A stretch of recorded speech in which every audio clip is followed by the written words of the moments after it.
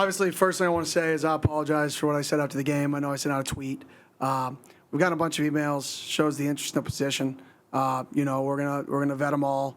It's hard to obviously get on a roster, so not everybody can qualify.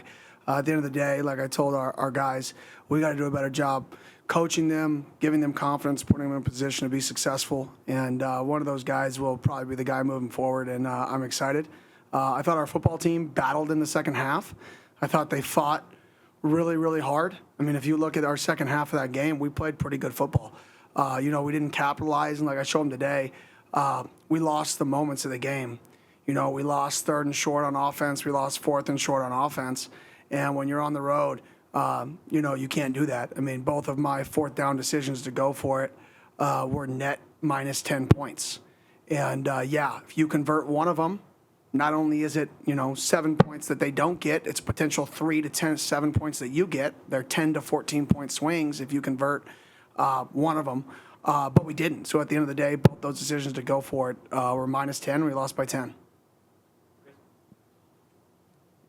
Chris Cartman, Sun Nova Source. Kenny, when you kind of re-examined and had time to decompress on those, what did you think about those decisions and the calls? And, of course, you have a new quarterback, so that's a factor.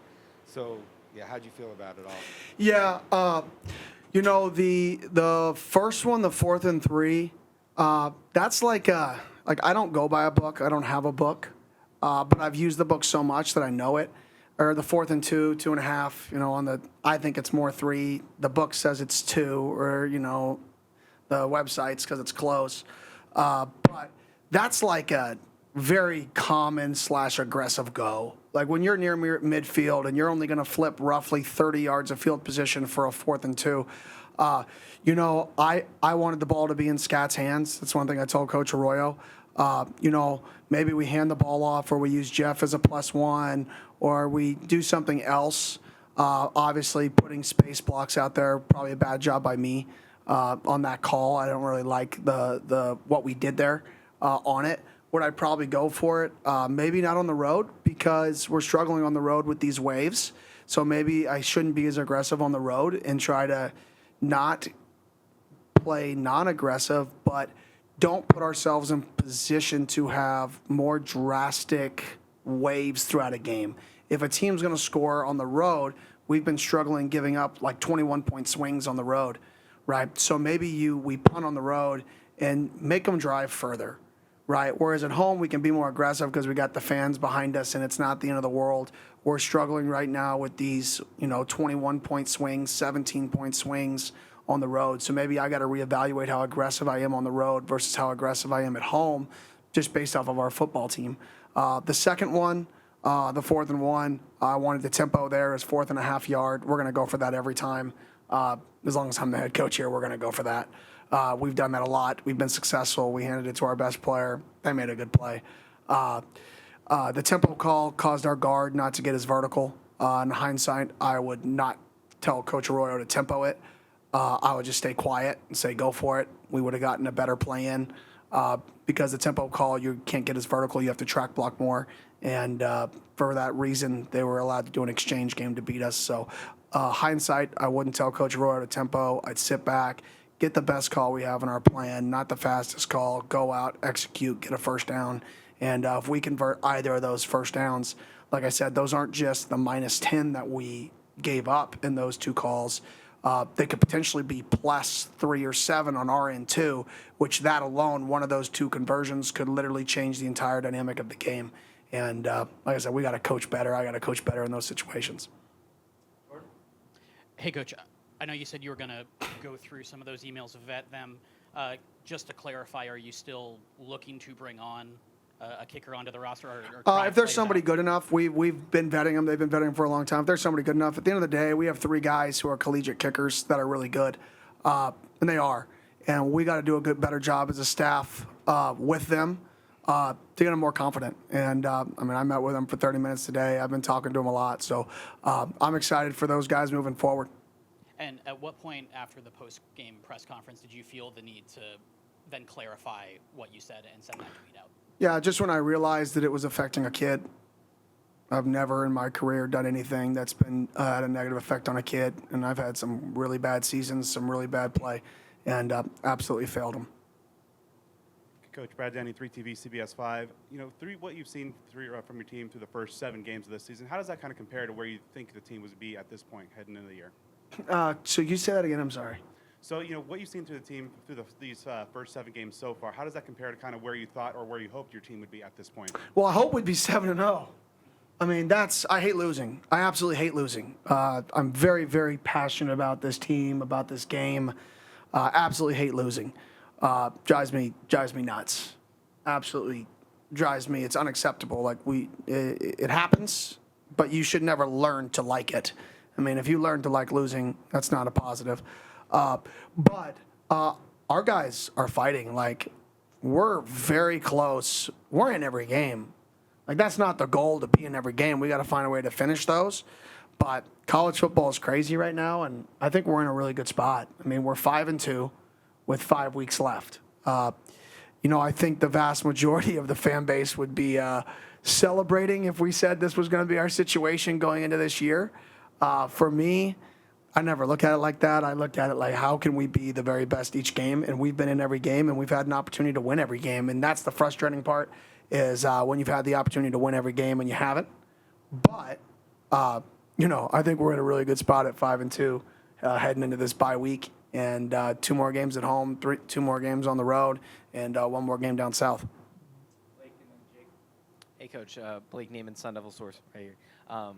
How are you planning to utilize this bye week to prepare for a daunting stretch ahead of more of the top half of the Big 12 conference opponents?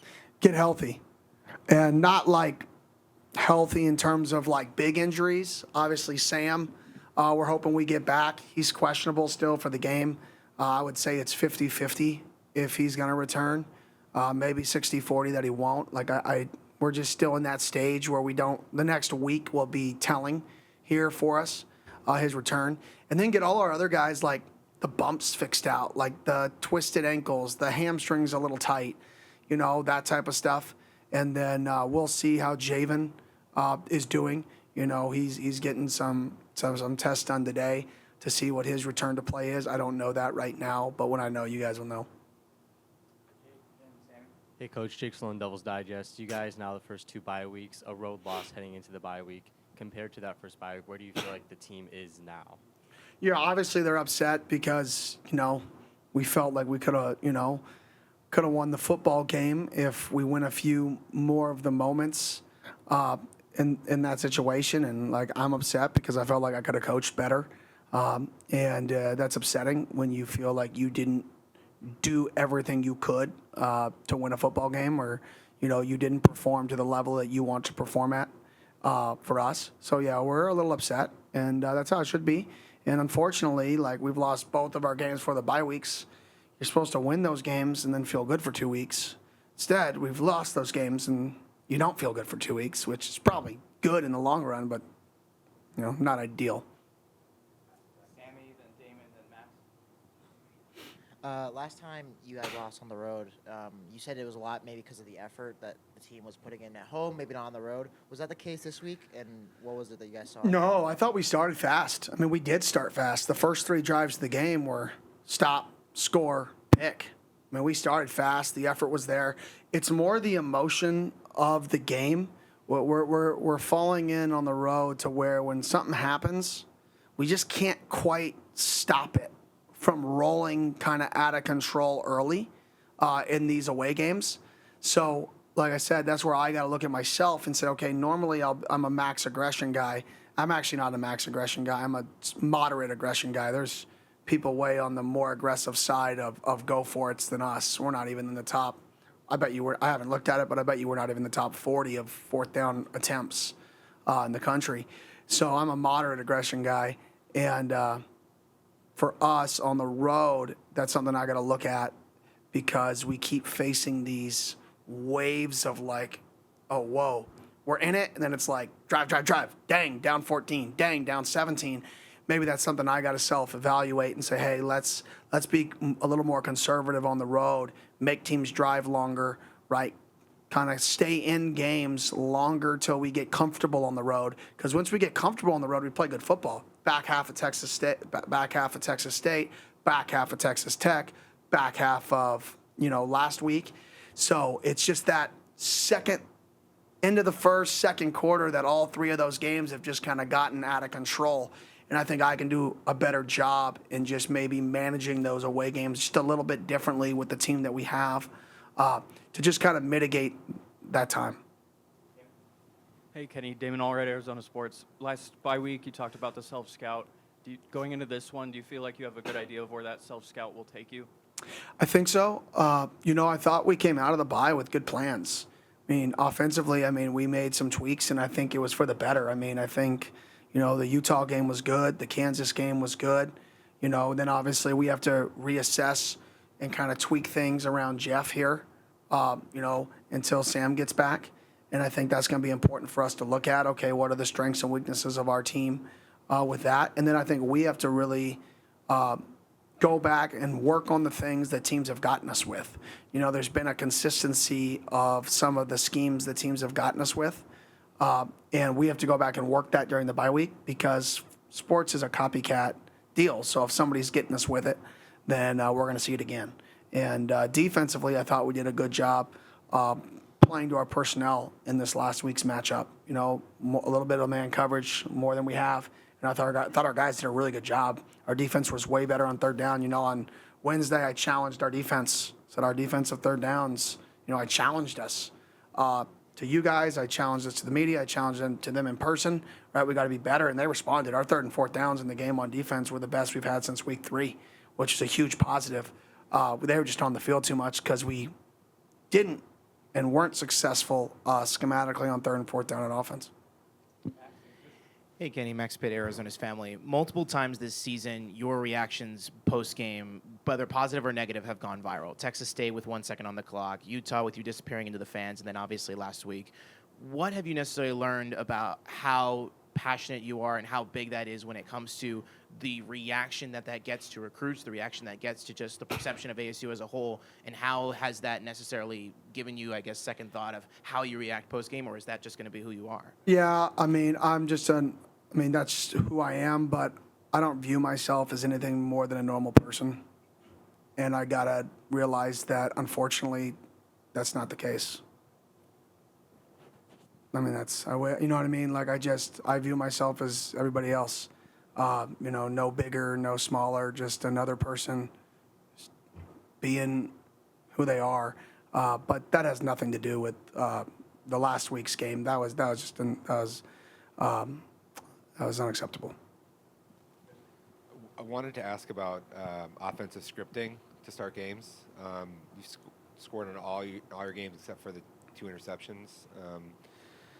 How much goes into that? How big are you in scripting?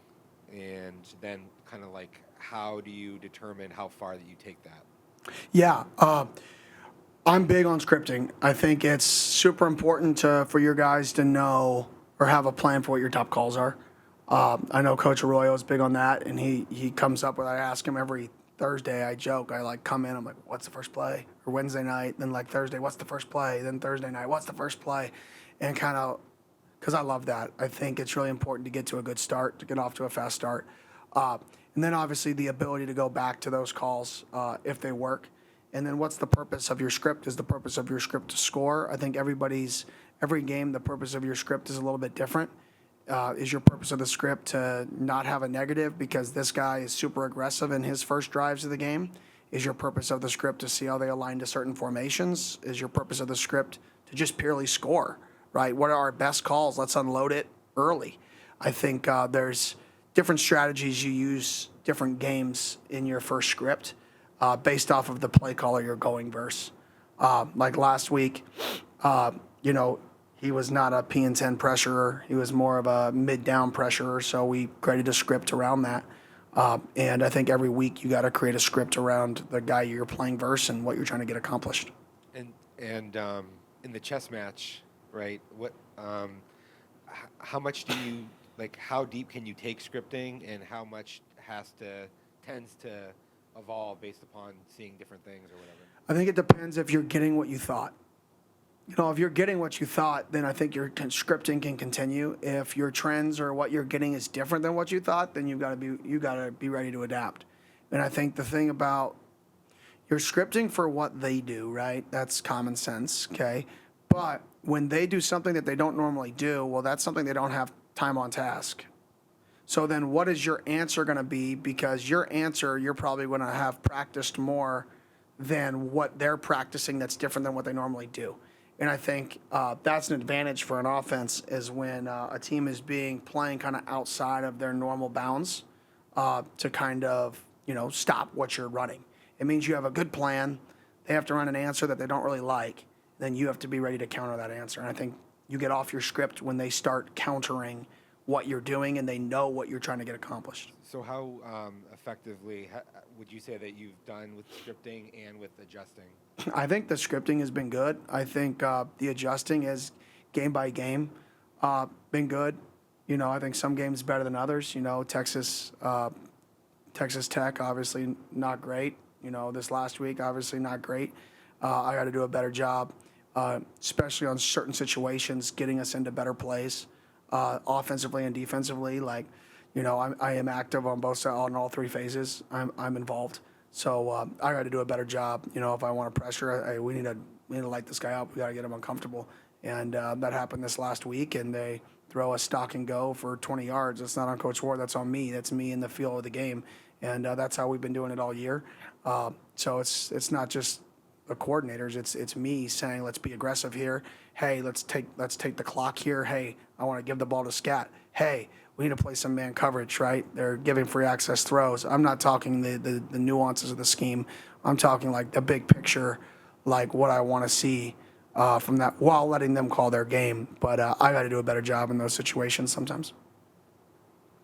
Hey, Coach. Did you and the special teams coaches see anything like mechanically that was wrong with the kicking game, whether it was the kicker himself or the whole unit, or is it just kind of a confidence thing right now? Yeah, I think I've commented enough on it. I apologize, and we're going to look at that situation. I have a lot of confidence. I really do have a lot of confidence in those guys. I just met for 30 minutes with them. A lot of confidence in those guys. So, Kenny, some two-back formations earlier on in the game with Kyson and DeCarlos getting them involved. What are the advantages of that different look? Harder to boss your backers to know. It really just helps the O-line. When you're balanced like that, are you in a 3-by-1 formation or are you in a 2-by-2 formation? And what I mean by that is linebackers / defensive line align either based off of your tight end or based off of the strength of your formation, 3-by-1, 2-by-2. So when you line up in some split back, they did a bunch of that big motion behind the quarterback that they did, that Utah did, handoff, outside zone is getting to split back. It's to balance your backers out to create better angles for the O-line. So I think when you get into split back and the ability to run left or right balanced, puts better angles up front. And I think that's really the benefit of split back run. It's nothing more than the angles you're creating up front. That was a good question, by the way. Coach, heading into the season, a big talking point about the Big 12 in general was the talent of the running backs in this conference. What have you noticed now 4 games and halfway through conference play, the talent of those guys? Really good. It really is. It's a loaded group up front. And this league runs the ball. It's funny because 10 years ago, this league threw the ball, and that's everything people talked about. Now this league runs the ball. They run it effectively. It's honestly we played Utah. They were number 1 in the country in time of possession. We mitigated that. Last week, they're number 11 going into the game. I don't know what they were now in time of possession. We didn't mitigate it because we didn't convert our 3rd and 4th downs, and then they ran the ball well, which keeps time of possession. And when you do that, we only had roughly 53 plays going into our last drive. You only have 53 plays going into your last drive. Well, crap, harder to take shots, harder to be aggressive. You don't have as many downs to really unload what your plan fully was. And that's a testament to them being able to control the ball, us not being able to convert those downs. But going back to your questions, this league's running back rooms are loaded. And it's by design, and they're all bigger backs. They're backs that run through you that are harder to tackle. Coach, you talked about how much respect you had for Kyle Whittingham and the program that he built at Utah and how that's something that you wanted to somewhat model here at some point. Obviously, a program like Oklahoma State and Mike Gundy, which has nearly been around for as long and has had that sort of standard, but similar to Utah, not living up to that standard this year. What kind of standard have you seen from Gundy's program, especially since you played them last year, and what kind of exemplifying culture aspects do you feel like you can put here? Yeah, they always play really tough and they play really hard, right? And then they have a great home field advantage. So there is a lot of parallels. There's been consistency in their program, top to bottom, for a long time. They play really tough. They play physical. They have great home field advantage and a great winning percentage at home. I think the best teams, the teams that create a really, really good home atmosphere and home winning percentage, right, are going to always be consistently good in college football. And I think those are two things that those programs have done: physical toughness, right, and then they win a lot of home games. And I think that combination sounds really simple, but if you just look at those teams' success over the last 5-7 years, right, that's been the mechanism. Win a lot of games at home, right, play physical, play tough. Coach, with the way the secondary's played, I'm looking at Keith Abney. I mean, obviously, I know he had another interception, but just, I mean, his growth from last year to this year, even from starting the season, and I mean, playing off the other guys in the secondary, but how do you feel his play's grown? Oh, he's unbelievable. Keith's, I've said it multiple times, one of my favorite. I mean, he's worker, always around, overachiever, super smart, in the Barrett Honors College, like succeeding in the Barrett Honors College. First one in, last one out, like studying all the time. And that pays off, right? There's a reason he's having success, and it's the work he puts in. I mean, he's gotten bigger and stronger. I mean, he's 15 pounds, I believe, maybe 20 pounds heavier now than he was last year when he showed up on campus. Like, he's put in the work. He deserves the success he's having right now. And it's awesome to see somebody put in the work and then have that success. Ex-Guillory didn't play, and there's been not a lot of diversity of your targeting, receivers, tight ends. Yep. How much of that is a factor for defenses being able to kind of key on what you're typically going to be more likely to do, and then what do you have to do to kind of? Yeah, that was obviously, we made a decision going into the game that, you know, he was a little dinged up with a hamstring the last few weeks, that playing with an 85% X for the next 6-7 weeks is not a smart decision. And let's get him 100% healthy going for the last 4 or 5 games. So that decision was made later in the week on Thursday/Friday to do that when he just wasn't feeling right. We thought he was going to go earlier in the week. And that definitely, you know, and then Malik, we chose to redshirt this year to get back for next year. So losing those two guys, you know, out is definitely not a positive, right?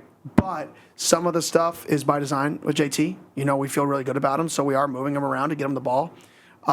It's easier said, you know, the college game versus the NFL game, or the style of defense you play. Some styles of defenses can truly take bracket and double, and it's easier to do that. Other styles, it's harder.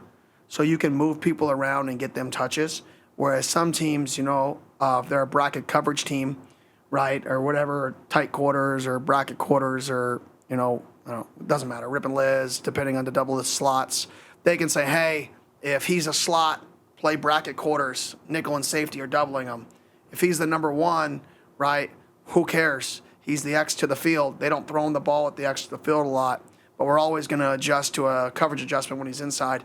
So if you don't play those teams, you really can't double or take him away or play him differently. So we definitely are going to play some of those teams on our schedule that play some of those coverages later in the year. So we need to target more people later in the year to protect that, what you just described, because it is a tendency. It is strong. We know it's strong.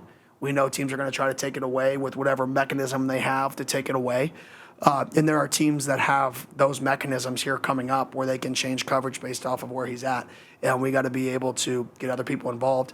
I thought we were getting X involved. X was getting in a rhythm there for 2 weeks, and then he tweaked his hamstring, and it was like, dang, right when we felt like, okay, we had X and JT getting in a rhythm at the same time, this could be good. He kind of tweaked his hamstring, kind of derailed us. So hopefully we get back to that here after the bye.